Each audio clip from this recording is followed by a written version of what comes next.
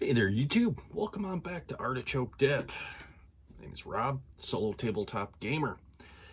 And I reviewed the comments in my last video, and so I wanted to go a step further with the MorkBorg. And I'm going to get some misconceptions out of the way, some of what people may think, and basically acknowledge some of the other comments. First and foremost, excellent. Seen a couple of people say they'd like to see how to make these.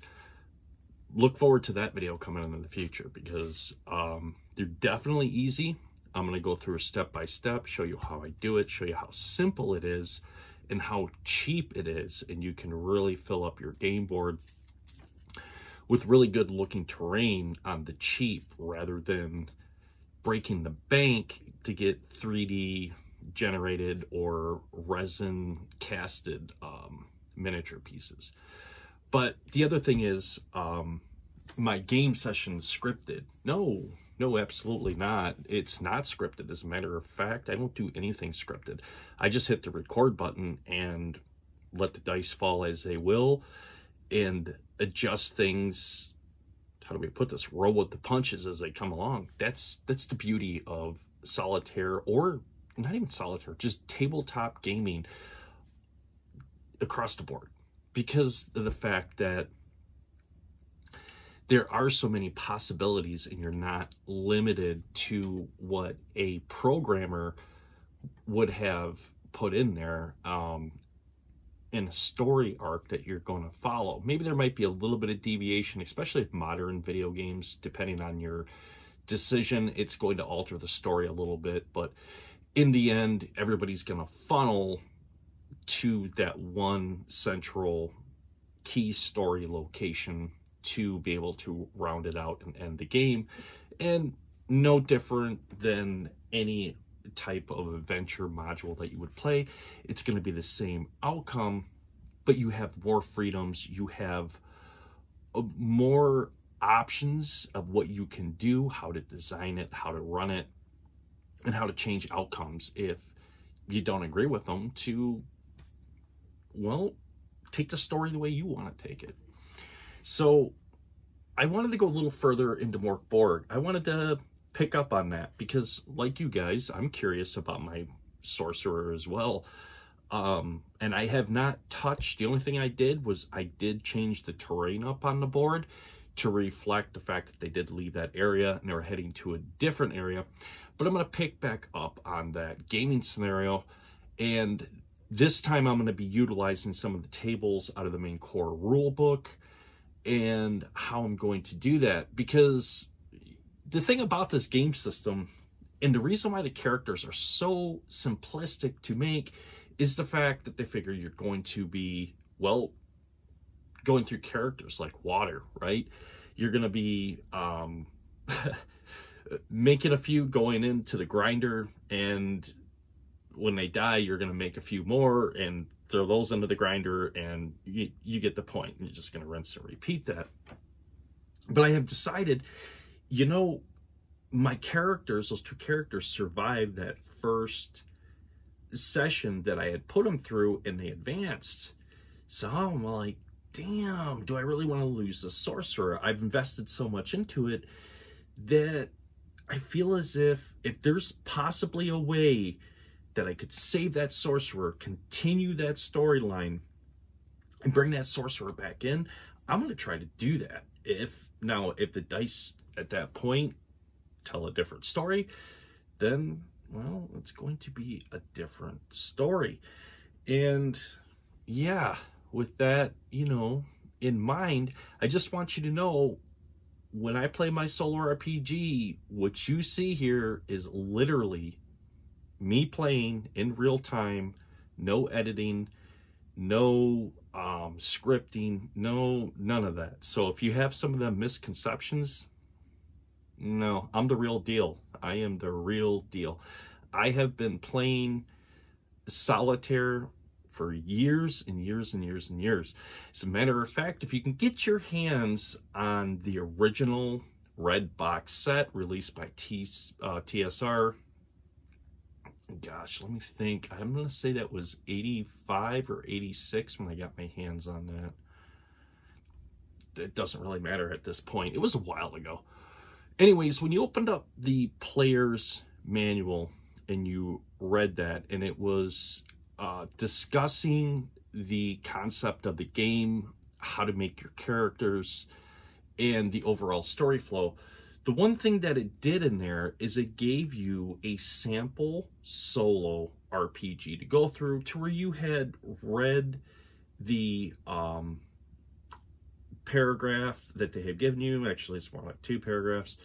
And then you would make a decision, and you would flip to that section and you would read it and you would continue on. And the whole point behind this is it was to teach you how to play the game underneath the understanding that you were probably going to be the dungeon master, and you were going to be the one teaching other people how to play this game, and you were going to be running it. But for me, at a very young age, sitting and playing that scenario over and over again and changing little things here and there and here and there to make it different every time I went through it, it was like a bolt out of the blue. It's like, well, why can't I just do this? Why can't I? Now, of course, back in those days, I didn't have the terrain I had. You know, miniatures were a little bit harder to come by. And they were more expensive as well. I can say that in the area that I grew up in, because the only place that I knew of where you could actually get the pewter figurines to paint was in a place called 12 Oaks Mall. And I can't even remember the name of that store that carried these things now. I mean, we're talking a while back. And then you were talking anywhere from, on the low end, $17. And if you wanted a, you know, a more, I'm going to say a better sculpted miniature, you were looking at 20, upwards of $25 to $30 for one. And at that age, that was a lot of money. In that day and age, that was a lot of money. And that was a lot to justify for a figurine when the box set was about 20 bucks. So, you know, it was like one figurine for the cost of the box set. So, you know, there was a lot of paper use then, right? A lot of drawn maps. I think like a lot of people did. You went through graph paper like water. And I mean, still to this day, I keep graph paper around and I still use graph paper. And I love to sit down and just draw out random dungeons. You know, it was one of those things that was fun to do then. Anyways, I'm getting a little off the beaten track. I guess what I'm trying to say is my solitaire gaming started out at a very young age, and it has progressed over the years. And with additions to three-dimensional goodies we can get these days, and we can paint, and we can, you know, use a little bit of elbow grease in our imaginations, that we can do wonderful things with our terrain maps and everything that resources we have available to us today, cheaper than what they used to be. But here's the thing, and it's kind of the reason why, if you've noticed with my channel, I'm starting to do a little bit more painting, I'm starting to do more terrain, and that's not to actually change the channel. The channel is always going to be about solo RPG playing, but it's going to be about some of these resources. Do you have to break the bank for this stuff, or are there cheaper, more easier way to get your hands on these things that may just take a little bit of time, not a whole lot of time, a little bit of time, but you can acquire them cheaper, and you can reuse them over and over again. And the cool thing is when if you're in a, you know, game group and people ask you, hey, where did you get that? You can grin and say, I made that. I made that.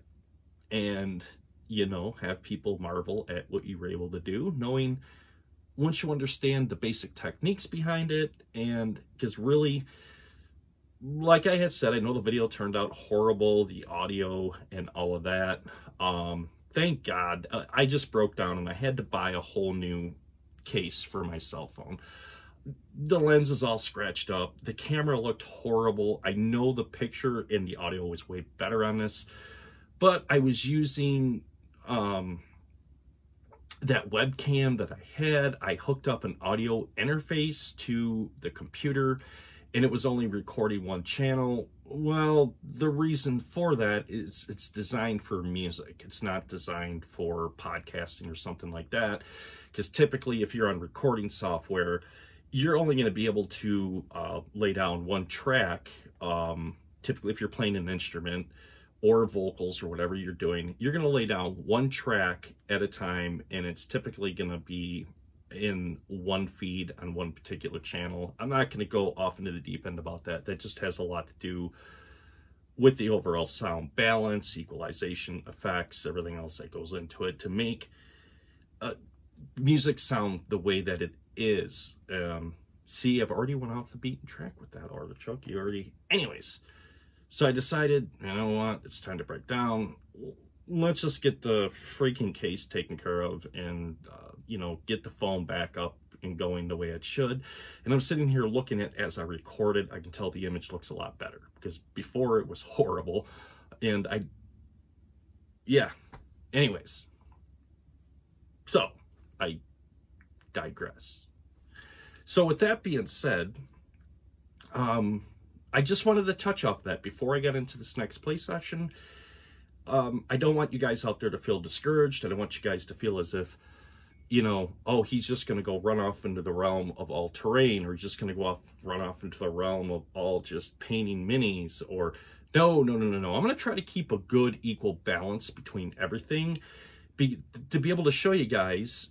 And I know many of you already know out there that you don't have to be told this, but to new beginners just coming into this hobby that are sitting there and they're like, where do I start? Where should I start? Which is the reason why I'm doing what I'm doing with MorkBorg, to be able to show them, hey, I know the covers look dark, they look evil, but really, that's just the overall theme. The mechanics of the game are the mechanics of the game, and if you focus on the mechanics of the game and see what a great, simple, quick-moving game this is, you can have a lot of fun with it.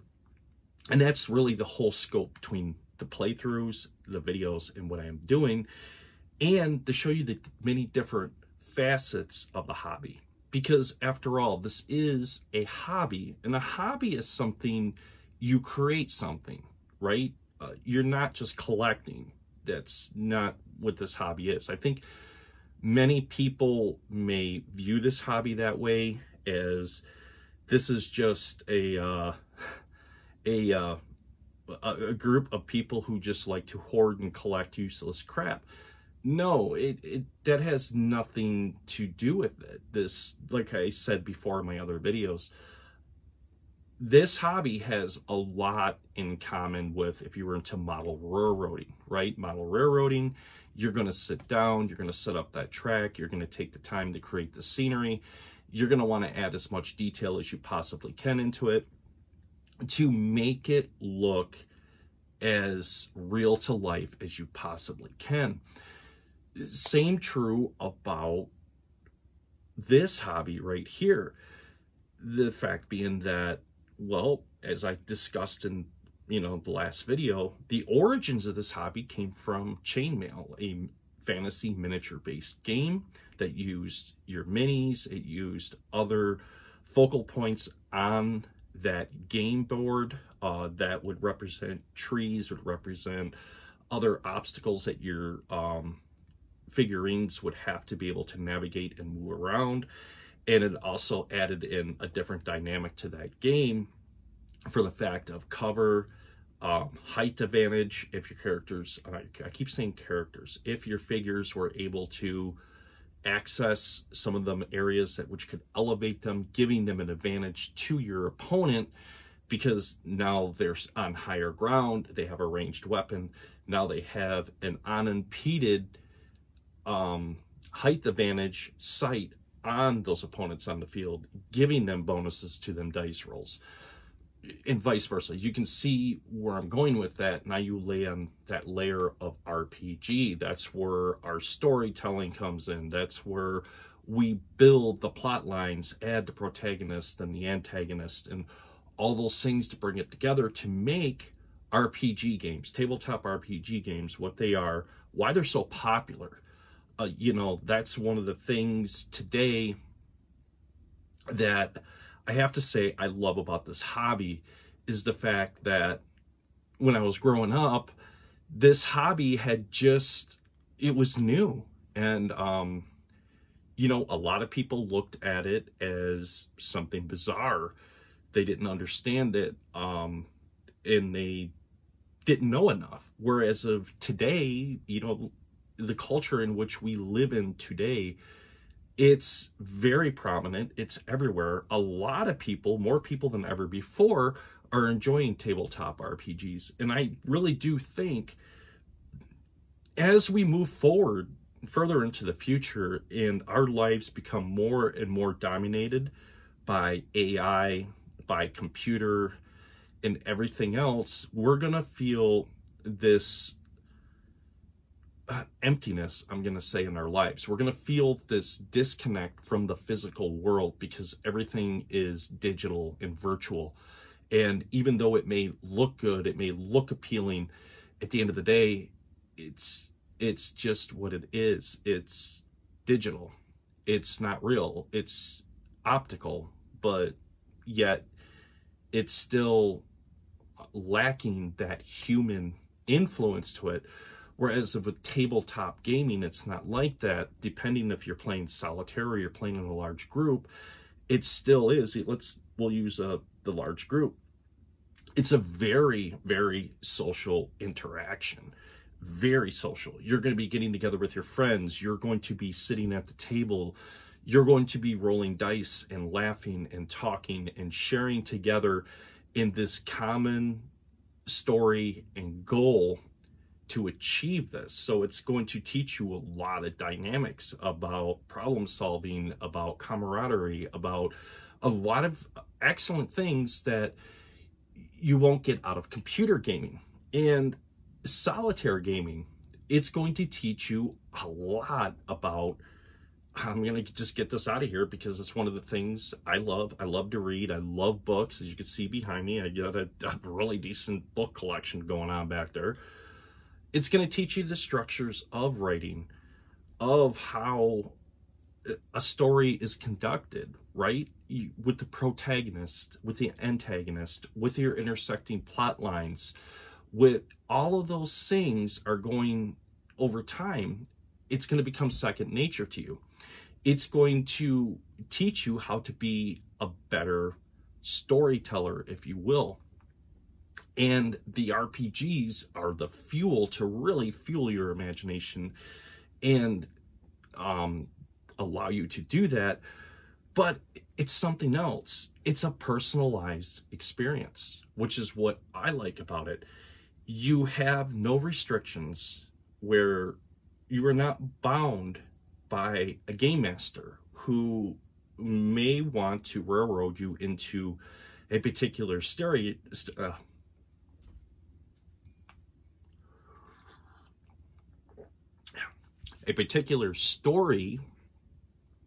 right? Plot line that maybe you don't want to go on. You're not interested. You are interested in something else, but you're going to be put in the cart on the railroad tracks and you're going to be shipped right there. Solitaire is not like that. Solitaire allows you to give you the freedom to which you want to do and how often you do it, which is another thing which I like about solo RPGing. I've said this before. I have a lot of games. I have a lot of characters, a lot of games that are written up, that are sitting.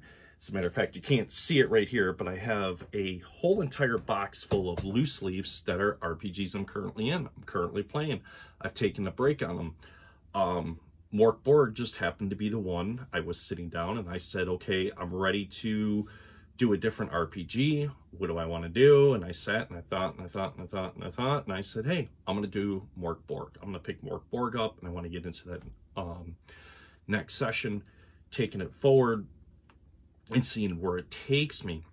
That's the other beautiful thing about solitaire gaming, where if you're part of a game group where everybody's expected to be in one place at one time, and if you're not there because life happens, you may be shunned by the group. Maybe, you know, people are going to have different attitudes to you because they feel as if their time has been taken from them. The game experience could have been better, but because it lacked, it was your fault. You don't have that in solitaire gaming. You don't have that whatsoever. You can have 12 different games going, and you just decide every day of the week you're going to play another session in a different one, always keeping it interesting and fresh. And that's one other thing I want to get into before I jump into my next playthrough, is that right there.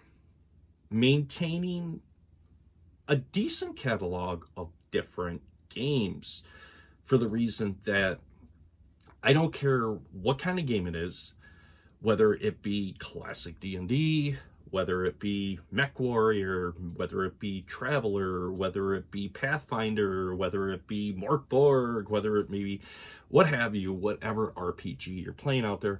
Over time, one thing will happen, and it's true with electronic gaming too, it'll become stale over time.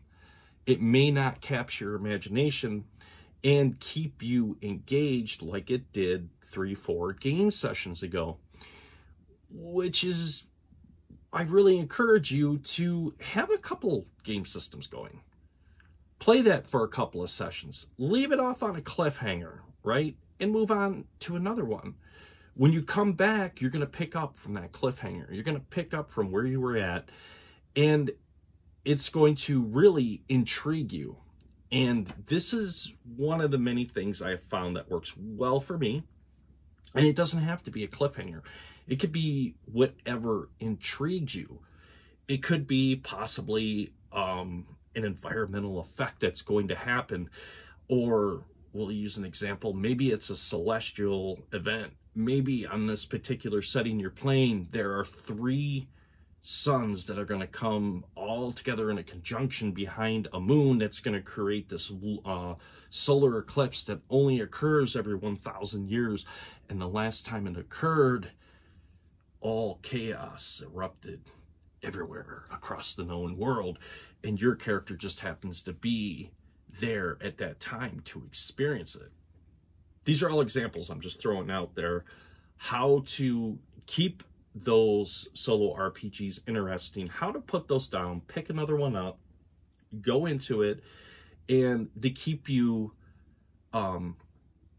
interested, keep you coming back, keep you playing solitaire, because that's the one thing about solitaire play I have to say that you do not have in a group experience, which is that motivational push, right? You don't have that.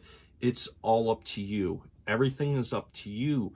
And as I've said in videos before, you reap what you sow. So if you don't put a whole lot in, you ain't going to get a whole lot out.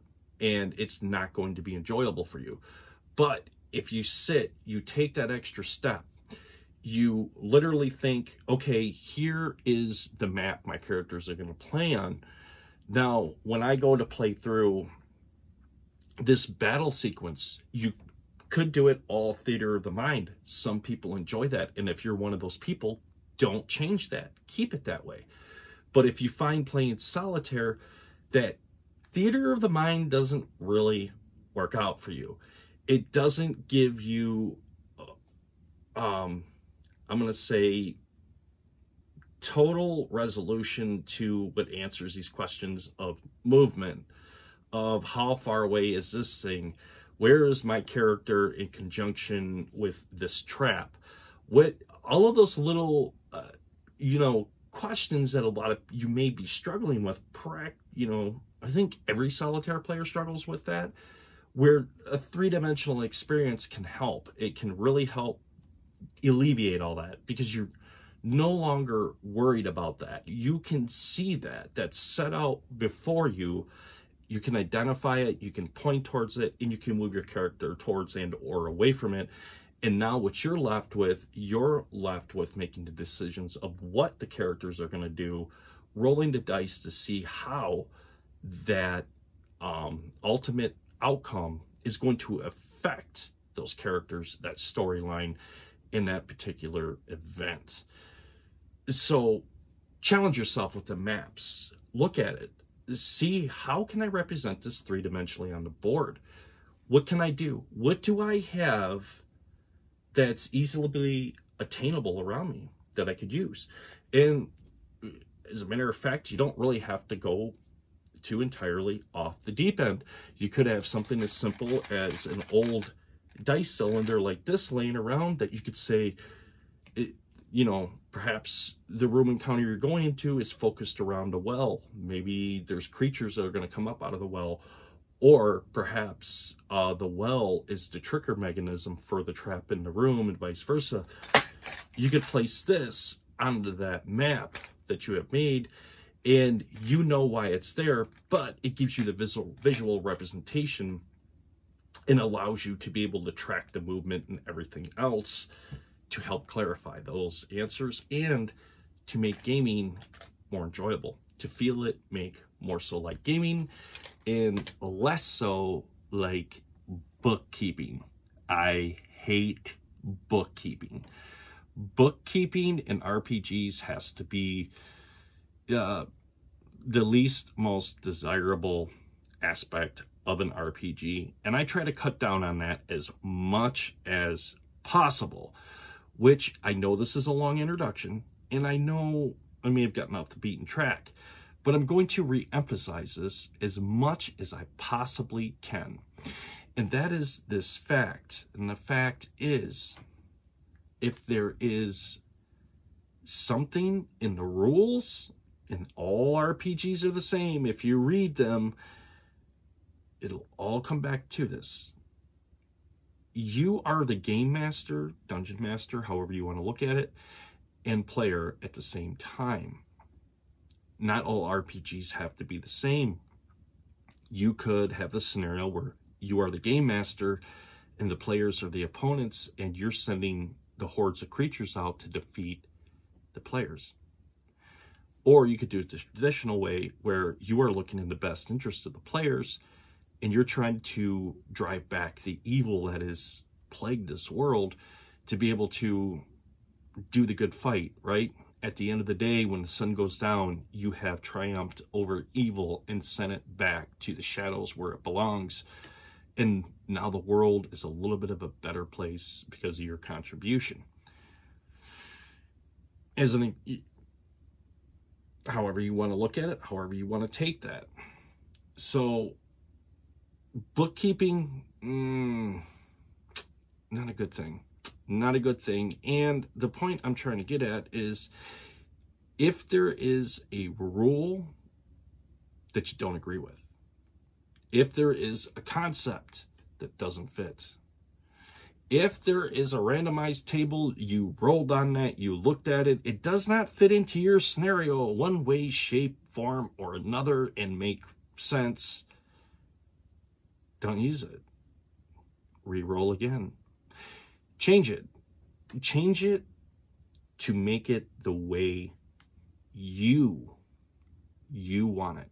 Because at the end of that game session, this has nothing to do with supporting one brand over the other. This has nothing to do with promoting one publisher over the other. It has nothing to do with how fine the detail is on your terrain. Or where did you get your mat?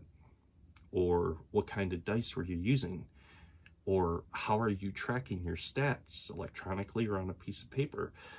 None of these have sense. What it all boils down to, the most important thing, and listen to me carefully when I tell you this, this is the most important thing to solitaire RPG. It's not buying more books. It's not collecting all the minis you can find. It's not having an area full of terrain. Those things are all irrelevant. All of them. It's not telling a good story. It's not structuring the story correctly, how you're supposed to, in the literary sense of form. None of that. One thing. fun. That's it. If you've had fun, when that session comes to an end and you decide it's over, and you had fun with that session, you have done it right. If you haven't, you're feeling frustrated, you're feeling disconnected, you're feeling overburdened, you're feeling ran down, then you're doing it wrong. You're doing it the wrong way, because that's not what gaming is. Gaming is about fun. Having fun, coming to the table, basically shedding off the outside world, the stresses, worries, and everything else that plague our day-to-day lives, putting that aside for a moment and indulging into a alternate reality based on fantasy, sci-fi, and vast galaxies of worlds, mystery, suspense, horror, whatever you can imagine, and having fun. That's it.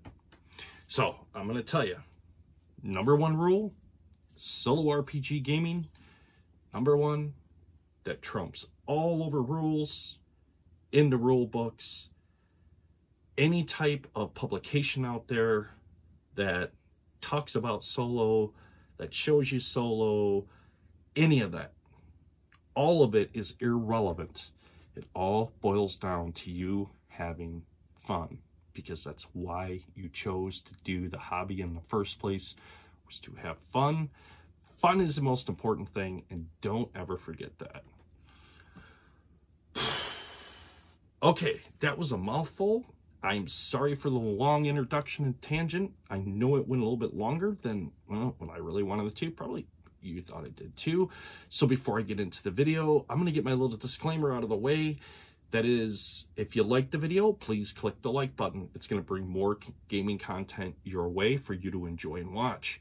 The other thing is, if you're new, you just discovered my channel, and you're interested in gaming, solitaire gaming, terrain painting, creating terrain on the cheap, stuff like that, you know, don't feel as if you have to pass by without clicking that subscribe button followed by the bell icon.